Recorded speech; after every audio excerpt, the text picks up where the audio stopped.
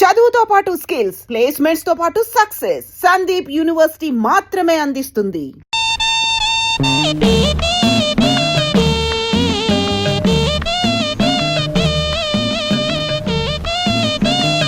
ఇలా రా.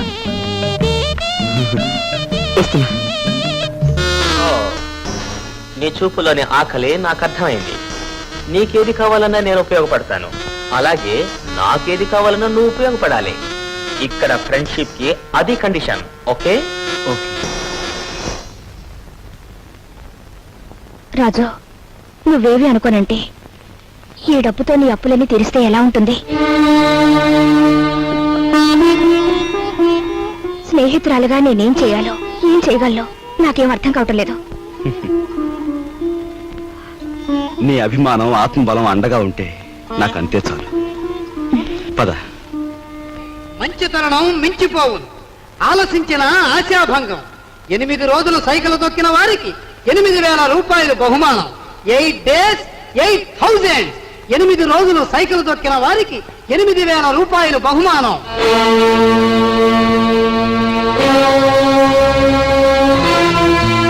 రాజు, అప్పులు తీర్చడానికి నువ్వు సైకిల్ తొక్కుతున్నావట. మనలాంటి కుటుంబాల్లో పుట్టి ఇలాంటి పనులు చేస్తే ఎంత పరువు తక్కువగా ఉంటుందో ఆలోచించు. నేను చాటుగానో సన్నాసి బుద్ధితోనో దొంగతనం చేస్తున్నాను అనుకో, లేదా కన్నవాళ్ళనే వెన్నుపోటు పొడుస్తున్నాను అనుకో, లేదా అప్పుల చేత పంచాయతీ జరిపించాను అనుకో, అప్పుడు నేను 10 మంది చేత చీ అనిపించుకునేవాడిని అవుతాను. ఏమిటా నువ్వు మాట్లాడేది? మొన్నటికి మొన్న కుమ్మరాడి దగ్గర కూలిపిని కుప్పుకొని ఈ ఇంటి పరువు మీద పెద్ద బండ పడేస్తావు. ఇవాళ మీ నాన్న చచ్చిపోయాక ఆగు. ఇప్పుడు నువ్వేమిటి మాట్లాడింది? మా నాన్న చచ్చిపోయాడా? ఆ మాట నువ్వంటున్నావా? నువ్వు ఏమిట్రా అది? ఆవిడ అలా రెట్టిస్తున్నావు. మరి చూడమ్మా, నాయనమ్మ నాన్న చచ్చిపోయాడు అంటుంది, అత్తయ్య అంటుంది. అసలు అసలు నాన్న చచ్చిపోవడం ఏంటమ్మా? Non sense. నాన్న చచ్చిపోలేదు. నాన్న చచ్చిపోలేదు. మనందరం కలిసి ఆయన చంపేశాం. అవునమ్మా, నిర్దాక్షిణ్యంగా కాలు రాసి చంపేశాం. కొండంత మనిషిని చాదస్తుతో కొందరు, స్వార్థంతో కొందరు, ఇలా అందరం కలిసి ఆయన చంపేశాం. ఏ చంపలేదా? ఒక్కసారి మీరందరూ గుండెల మీద చేతులు వేసుకుని ఆలోచించండి. ఆయన జీతం నెలకు 500 రూపాయలు, కేవలం 500 రూపాయలు. తాహతకు మించిన కోరికలు కోరి మనందరం కలిసి ఆయన చంపేశాం. He was successfully murdered by all his family members. నోరుంది కదా అని తప్పులు పడుతున్నారు. నేను చేస్తున్న ఈ పనిలో ఓ పవిత్రమైన ఆశయం ఉందే తప్ప ఇదేం పరువుపోయే పని కాదని నాకు బాగా తెలుసు. మీరు ఒప్పుకున్నా ఒప్పుకోకపోయినా ఈ పని నేను చేసే తీరు.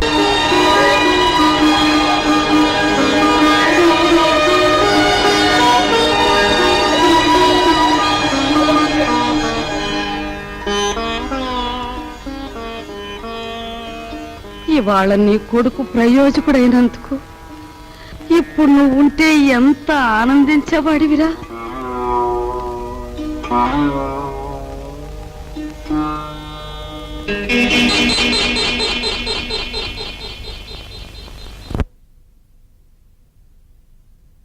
రాజుగాడి గదిలో దూరి డబ్బు కాచేద్దామంటే వాడు పడుకున్నాడో లేదో తెలియచావట్లేదు. పడుకున్నాడని దగ్గరికి వెళ్ళామనుకో, వాడు బాంబుల పేర్లా పేల్తాడు. అసలు ఈ గొడవంతా దేనికి? నువ్వు మీ ముసల్దాన్ దగ్గరికి వెళ్ళి కుక్క పెట్టి ఒక ఏడుపేడు, ఆవిడే కాచేసుకొచ్చి మనకిస్తుంది.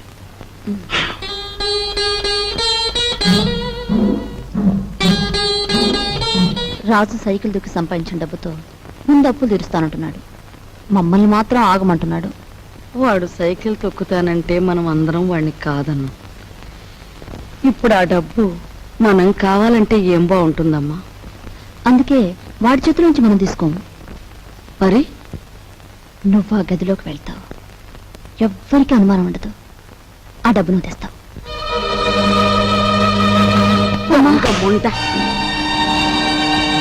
వాడు పగలనక రాత్రనక కష్టపడి రక్తం ఓడ్చి సంపాదించిన డబ్బు దొంగిలించమంటావా? ఆలోచిస్తే నాకు ఇప్పుడు అర్థమవుతుంది. నా కొడుకు డబ్బు కూడా నువ్వే కాజేశావు. వాళ్ళు నువ్వే చంపేశావు.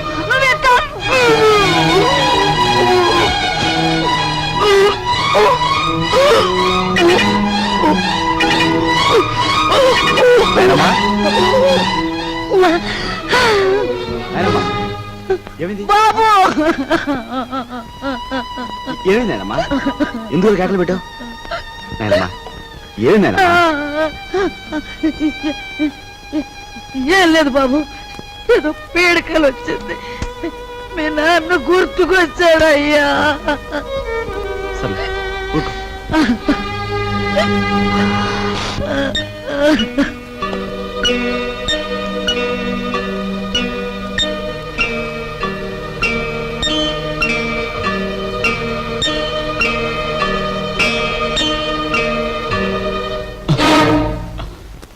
ఏమిట్రా లోపల నుంచి వస్తున్నా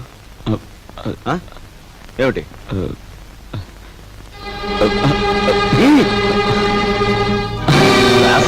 ఏమిటారు చేసిన పని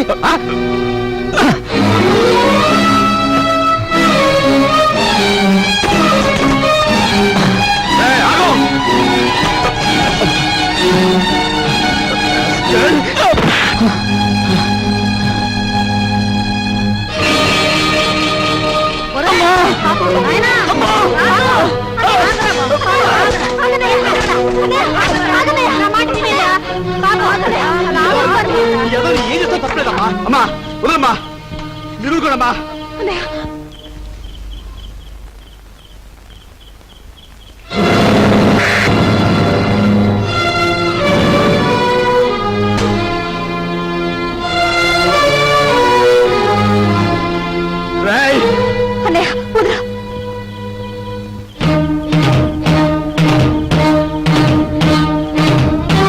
దుర్మార్గుడా, ఎంతకు తెగించావురా?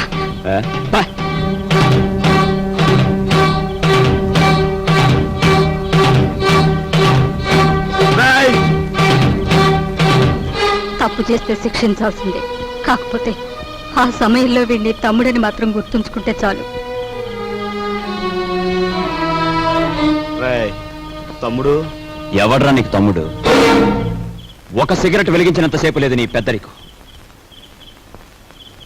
ఒక దమ్ము లాగినంతసేపు లేదు నీ పెద్దరికో. అందుకోసం నువ్వు ఎగిరిపడిన అవసరం లేదు. ఏమిటి నీ గొప్ప? నాన్న చచ్చిపోయి 4 రోజులు కాలేదు, రకరకాలుగా అధికారం చలాయించాలని చూస్తున్నావు. నీ పెద్దరికం నాకు అక్కర్లేదు. సచ్చినాడ ముసలిముండా. ఐఎమ్ సారీ, నీకు మర్యాద ఇవ్వాలి కదూ. చూడు మిస్టర్, నీకు ఎవరి పెద్దరికం అక్కర్లేదనుకుంటే ఈ ఇంట్లో నుంచి తక్షణం బయటకు వెళ్ళిపోవచ్చు. నేను ఇంట్లోంచి వెళ్ళిపోవాల్సి వస్తే ఏం జరుగుతుందో తెలుసా? నువ్వు ఈ ఇంట్లో ఉండాలంటే ఏం చేయాలో తెలుసా? తెలుసు. నిన్ను అన్నా అని గుర్తించాలి, నువ్వు తంతే పడుండాలి. అంతేకాదు, దున్నపోతుల తింటూ కూర్చోకూడదు. కాయ కష్టం చేసైనా సరే సంపాదించాలి, అప్పుడే నీకు తిండి. ఓహో, సంసారం సవ్యంగా సాగాలంటే ఇంట్లో అందరూ కష్టపడాలి. అలాగే ఇంటి పరువు కాపాడాలంటే అందరూ కలిసి ఉండాలి కదూ. నీకు గుణపాఠం చెప్పడానికి నేను బయటికి వెళ్ళాలి, వెళ్తాను. Good bye.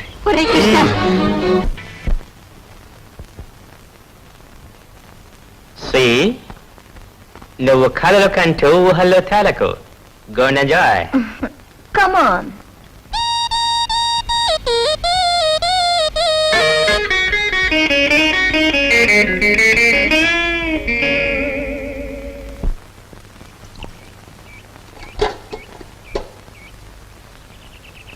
వెధముఖాలని వెధముఖాలు. పొద్దున్న లేచి ఏ వెధమండ ముఖం చూశాను. గుమ్మం తగిలి తలంతా బొప్పి కట్టింది. ఎవరినే వ్యధముండలంటున్నావు? నిన్ను కాదులే. నువ్వెవరినంటున్నావో నాకు తెలిసే. కొందరు మొగుడు చచ్చి వ్యధముండలవుతారు, మరి కొందరు మనసు చచ్చి అవుతారు. భూదేవి లాంటి మీ వదిన్ని పట్టుకుని వ్యధముండ అన్నందుకు అక్షరానికి ఒక శిక్ష విధిస్తాడు ఆ దేవుడు. ఏమిటి నువ్వు అనేది? నేను అన్నదేమనే తప్ప? తప్ప తప్పున్నారా? మొగుడు చచ్చి అత్తారింటి నుంచి పుట్టింటికి వస్తారే కాని నీలాగా మొగుడుతో పాటు పుట్టింట్లో తిష్ట వేసి ఇంటి దొంగల్లాగా కన్నాలు వేసేవాళ్ళు వాళ్ళకంటే నికృష్టులని తెలుసుకోవే. కూతురనే ఇది కూడా లేకుండా వాగుతున్నావు. నీకు పిచ్చెక్కింది. పిచ్చే.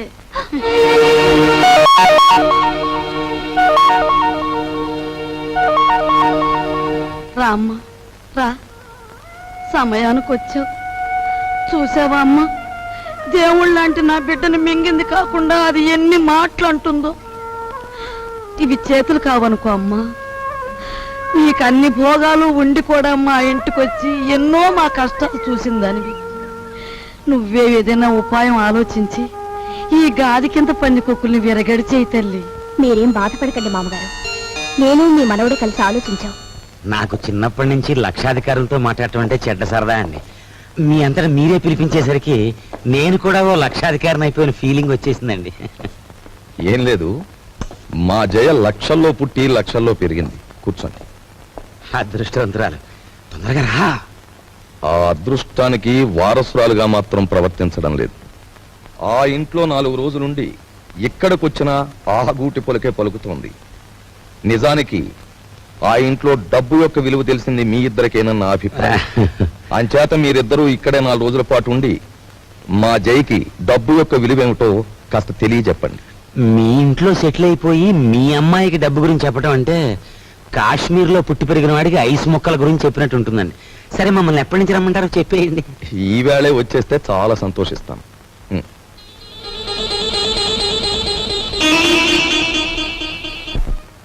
వరాలు, నువ్వు నా ఇల్లు దోచుకోవడానికి వచ్చిన నీ మంచితనం వల్ల నాకు ఆత్మీయుడవయ్యావు. ఇప్పుడు ఇంట్లో సంసారాలని కూల్చేసే నీచులైన 2 దొంగల్ని ప్రవేశపెట్టాను. నువ్వెలాగైనా వాళ్ళని ఇనపెట్టి కట్టేసి నువ్వెన్ని బాధలు పడ్డావో అన్ని వాళ్లకు రుచి చూపించి వాళ్ళకు బుద్ధొచ్చి లెంపలేసు పారిపోయేలా చెయ్యాలి.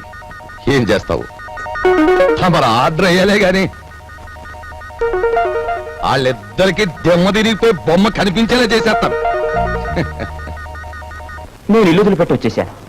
మొన్న 8 రోజులు సైకిల్ తొక్కి డబ్బు సంపాదించిన దగ్గర నుంచి మా అన్నయ్య ఎలక్షన్లో గెలిచిన ఎన్టీ రామారావు అనుకుంటున్నాడు. అభిమానంతో అందరూ ఎన్టీఆర్ ని అన్నా అని పిలుస్తుంటే వీడు మా మీద అధికారం చలాయించి అన్నా అనిపించుకోవాలని చూస్తున్నాడు. ఏమిటి, మీ అన్నేను అన్నా అనాలా? అందాం.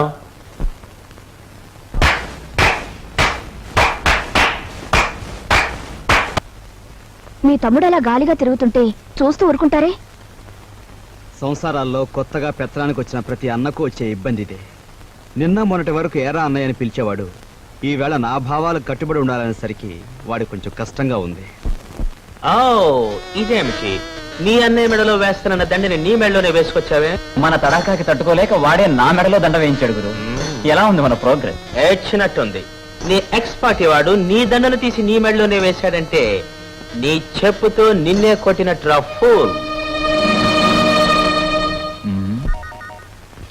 ఈ ఆస్తంతా చూస్తుంటే నీకేమనిపిస్తుంది? ఏమనిపిస్తుంది? ఇన్నాళ్ళు మీ ఇంట్లో మంచానికి పట్టిన నల్లుల్లా పడున్నాం. దాని బదులు ఇంటి గోడలకి బల్లుల్లా అతుక్కుపోతే ఎంత బాగుండేదో. అప్పుడు ఎలా ఉన్నా ఇప్పుడు ఈ బంగారు పంచంలోకి వచ్చేసాంగా. ఏమండి, ఇక్కడున్న ఒక్కొక్క వస్తువు మెల్లగా మన ఇంటికి చేరిస్తే ఎంత బాగుంటుందో. మన ఇద్దరం సరిగ్గా అమావాస్య నాడు పుట్టుంటామే. అందుకే ఇట్లాంటి గొప్ప గొప్ప ఐడియాలు వస్తున్నాయి. దాచేయి దాచేయి దాచేయి. ఎవరా నువ్వు? నేను మా నాన్న కోసం వచ్చాను. అవును, నేను గొట్టంగానని వీడికి ఎలా తెలిసింది?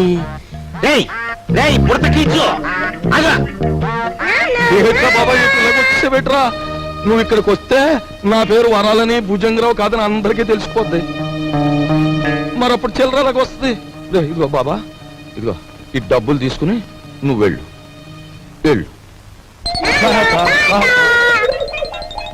డూప్లికేట్ భుజంగరావు గారికి నమస్కారం. డూప్లికేట్ భుజంగరావు ఏమిటి? Non sense. డోంట్ టాక్ అంటే డోంట్ టాక్. కారు డబ్బాలో ముంచిన కుక్క పిల్లలా ఉన్న ఈ కర్రి నా కొడుకు, నీ కొడుకు, అవునా కాదా? ఈ ఇనపెట్లో ఉన్న డబ్బంతా కాజేయాలని వచ్చావు, అవునా కాదా? మీరు విన్నది నిజమే. ఏదో పిల్లలు గలవండి, కావాలంటే ఓ అనావాట ఇచ్చుకుంటాను. అనావాటనా? కొట్టానంటే కొత్తిమీర చట్నీ అయిపోతుంది నీ మోఖం. హలో, నన్ను ఇక్కడికి పంపించిన మా బాసు నాకు ₹10 వాటా ఇస్తా అన్నాడు. కావాలంటే నా వాటాలో 50-50 పావల వాటా ఇచ్చేస్తాను. ఏం ఓకేనా? గత్యంతరం లేదు. ఓకే మరి. ఓకే, ఒప్పుకుంటున్నాం. తెరో ఇనపెడతారో. ఏమపెట్టా? దీని 3 నంబర్ల కాంబినేషన్ ఫిట్టింగ్ పెట్టాడు ఆ భుజంగరావు గారు. సరే, ఆ నెంబర్ల ఫిట్టింగ్ ఏదో నేను వారం రోజుల్లో తేల్చేస్తాను. నువ్వు వెళ్ళు. తేల్చుకుందరు గాని, కానీ రేపు పొద్దుట ఇంట్లో ఉన్న నౌకర్లందరికీ జీతాలు ఇవ్వకపోతే ఇదిగో ఇది మన బండారం ఓపెనింగ్ చేసేస్తుంది. అది గాన జరిగింది అంటే దిమ్మ తిరిగిపోయి బొమ్మ కనిపించేస్తుంది. ఇప్పుడు ఏం చేయటం? ఈ గన్నం గడిచి బయట పడాలి అంటే ఈవిడ ఒంటి మీద ఉన్న నగలన్నీ రేపు అమ్మేసి ఇంట్లో ఉన్న నౌకర్లందరికీ ముందు జీతాలు ఇచ్చే. అమ్మో నా నగల నేనివ్వను. పర్వాలేదులేదే, ఈ గండం కాస్త గడిచిపోతే ఆ తర్వాత మనకి లక్షలకి లక్షలు వస్తాయి. నీ దగ్గర ఉన్న నగలన్నీ ఇచ్చేయి. సరే, నేను మెల్లిగా ఒక్కోటి ఒలుచుకొచ్చి మీకు ఇస్తాను. పద పద.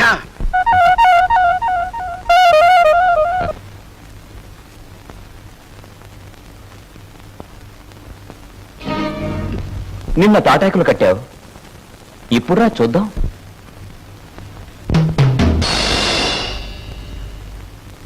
ఇక్కడ కొట్టుకుంటే అమ్మ వాళ్ళకి తెలుస్తుంది, కంగారు పడతారు, బయటికి పోతా.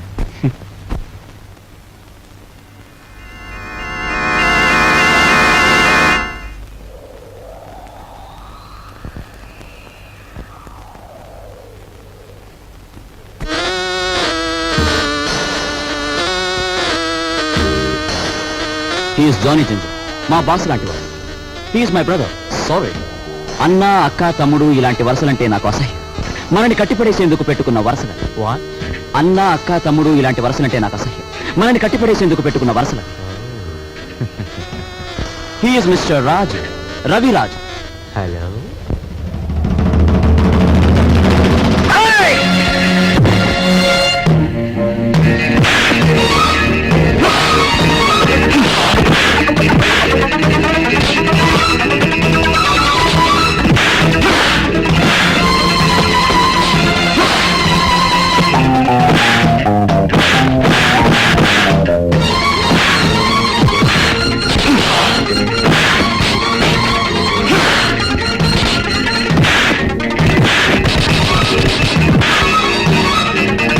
ఏమిటి జిగర్ భాయ్, మన వాళ్ళలా దెబ్బలు తింటున్నారు? కొచ్చి రావడానికి కాదు, వాళ్ళని పంపించింది అతనికి సాలి రావడానికి.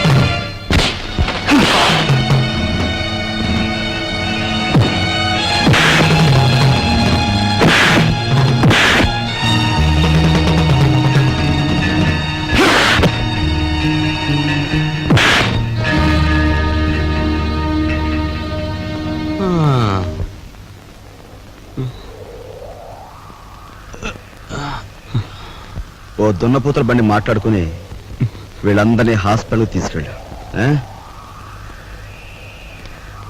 ఖర్చు కొంచెం.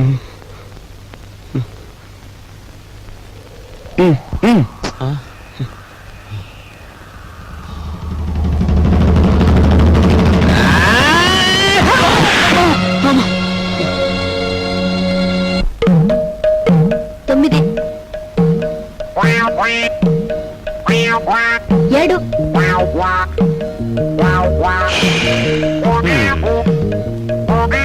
నా నడుము పట్టుకో, లాగో, దమ్ము బిగపట్టి లాగో, లాగో.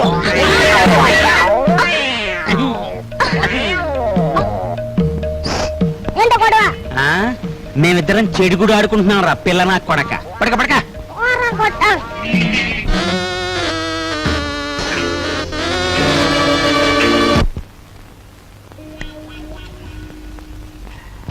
సార్ పెట్టేమనే కావాలి సార్, మంచి వెరైటీ ఉంది సార్. వద్దు పోయా. మంచి వెరైటీ సార్, మంచి ఫ్యామిలీ టైప్. ఇంతవరకు బిజినెస్ లో కూడా దిగరా. ఈ ఊరి పిల్లే సార్. పేరు సరస్వతి. సరస్వతి పద. ఇదిగో గురు. Hello, police station. మీరు వెంటనే బయలుదేరి మంగమ్మ బ్రోతల్ హౌస్ కి రావాలి.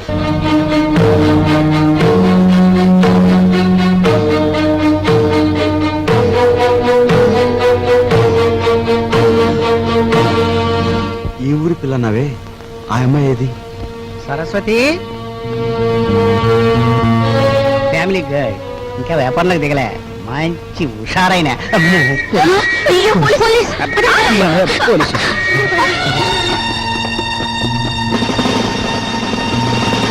కానిస్టేబుల్స్, ఏమైనా పిల్లగాల్సి వచ్చిందా? సార్ నేను అలా సాని కొంపకొచ్చి సహస్రనామాచ్యం చేస్తున్నానంటావా? పేరెక్కో వెళ్ళా. ఆగు. కానిస్టేబుల్స్ రాని. ఇది నాకే పోజు కొడుతోంది. Constables van ఎక్కించండి.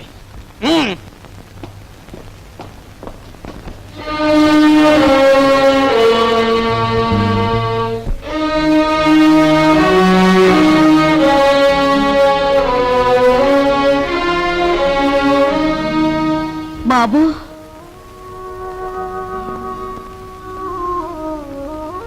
నువ్వెందుకురా ఏదో తప్పు చేసినట్టు తలంచుకుంటావు?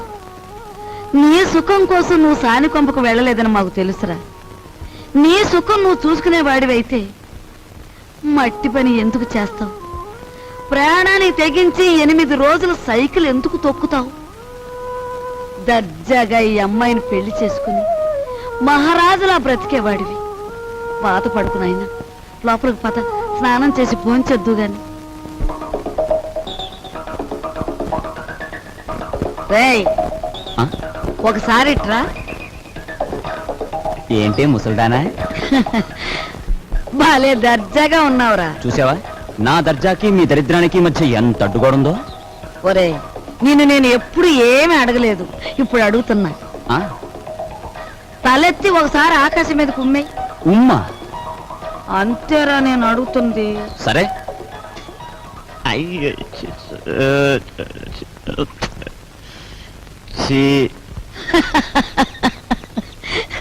ఒరే, ఆకాశం మీద ఉమ్మేయడానికి ప్రయత్నిస్తే అది ఆకాశం మీద పడదు సరికదా, తిరిగి వచ్చి నీ ముఖానే పడుతుందని తెలుసుకో. పరువు కోసం ప్రాణాలొడ్డే నీ అన్నని ఇంటి పరువు తీసుకెళ్లి పెంట మీద పెట్టి నువ్వు ఏమి చేయలేవని తెలుసు. ఒరే, దర్జాకి దరిద్రానికి మధ్యలో ఈ ఇనుప సవలు అడ్డుగా ఉన్నాయి. నీ చెయ్య చితికిపోతుంది, జాగ్రత్త. జీతాలు ఇవ్వాలి గీతాలు ఇవ్వాలి అంటూ నా ఒంటి మీద నగలన్నీ ఒలిచిపోయావు. ఇంకా ఇమ్మంటే నా ప్రాణాలు తప్ప మరేమి లేవు. అనుకున్న ప్రకారం జీతాలు ఇవ్వకపోతే ప్రాణాలు దక్కవు, పరువు దక్కదు.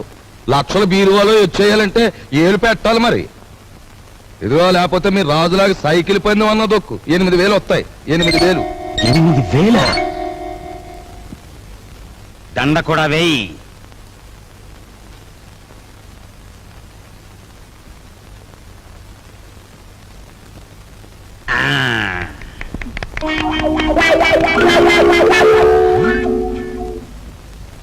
ఏమండి, జనం ఎవరు లేరండి? గొప్ప గొప్ప సినిమాలు మెల్లిమెల్లిగా పికప్ అవుతాయి. ముందు జనం రారు, మనకి అంతే. నీకెందుకు, నేను తొక్కుతాగా.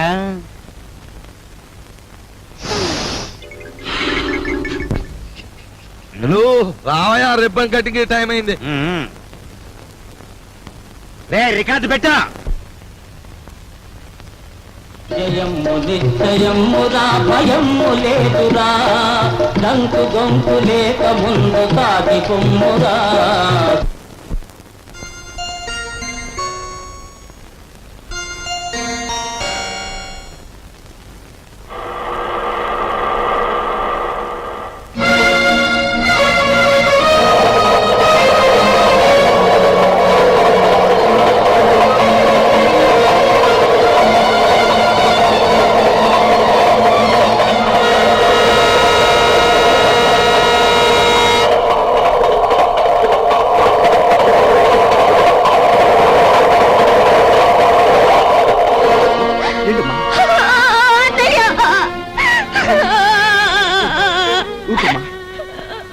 అసలు ఏం జరిగింది? ఇన్నాళ్ళు ఎక్కడున్నావు? ఆ రోజు నేను ఇంట్లోంచి వెళ్ళిపోయాక పెళ్లి చూపులకు వచ్చిన జయదేవిని కలిశాను. మీ ఇద్దరం కలవడానికి వీలు లేదని వాళ్ళ నాన్న శాసించారు. అందుకని మీ ఇద్దరం గుడిలోకి వెళ్ళి పెళ్లి చేసుకున్నాం. ఇప్పుడు వాళ్ళ నాన్న జయదేవికి వేరే పెళ్లి చేయాలని చూస్తున్నాడు. వేరే పెళ్లి చేయాలని చూస్తున్నాడు.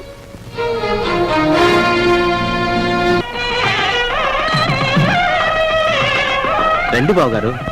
పెళ్లి కూతురు తండ్రినే ఉండి పోలీసు డ్రెస్సులో వచ్చినందుకు క్షమించాలి. నా కూతురు పెళ్లి అయినా నేను డ్యూటీ నుంచి రిలాక్స్ కాను.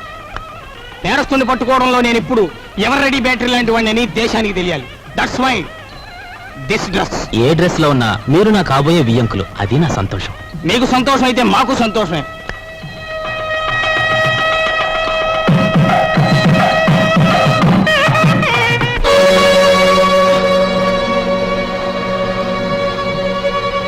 మీ అందరి చేతిలోని విసునకర్లో సారి చూపించండి. బావగారు, వీడొక్క దగాకోరు, వీడిని నమ్మొద్దు. ఏవో దొంగ ఫోటోలు వచ్చేసి నన్ను అల్లరి చెయ్యాలని. బాబు, మీలాంటి వాళ్ళందరూ చేరి వాణ్ణి దగాకోరుగాను దగులు బాజీగాను తయారు చేస్తున్నారు. వాడు దగాకోరే, మరి ఇది ఇదేదో మోసం బావగారు. మా అబ్బాయి ఇంతవరకు ఎవరిని పెళ్లే చేసుకోలేదు. అసలు ఈ అమ్మాయి ఎవరో మాకు తెలియనే తెలియదు బావగారు. సరస్వతి, మేము దైవసాక్షిగా పెళ్లి చేసుకున్నామండి. మా ఇష్టం లేకుండా బలవంతంగా ఈ పెళ్లి జరిపిస్తున్నాడు మా నాన్న. సరదాగా దండలు మార్చుకున్నంత మాత్రాన అది పెళ్లి అవుతుందా? సరదాగా దండలు మార్చుకోవడం కాదు, కొంతకాలం కాపురం కూడా చేశారు. కాపురం చేస్తున్న భార్యాభర్తలను విడదీసి వాళ్ళకి మరో పెళ్లి చేయడం నేరం. దానికి ఈ క్షణంలో మిమ్మల్ని అరెస్ట్ చేయగలరు, తెలుసా? అది కాదు బావగారు. Shut up! మీరు పెళ్లి కొడుకు తండ్రిగా ఇక్కడ ఉండాలి అనుకుంటే వీళ్ళిద్దరికీ పెళ్లి జరిపించండి, లేదా మిమ్మల్ని జైలుకి పంపించాల్సి వస్తుంది. అమ్మాయి, మీరిద్దరు వెళ్ళి పీటల మీద కూర్చోండి.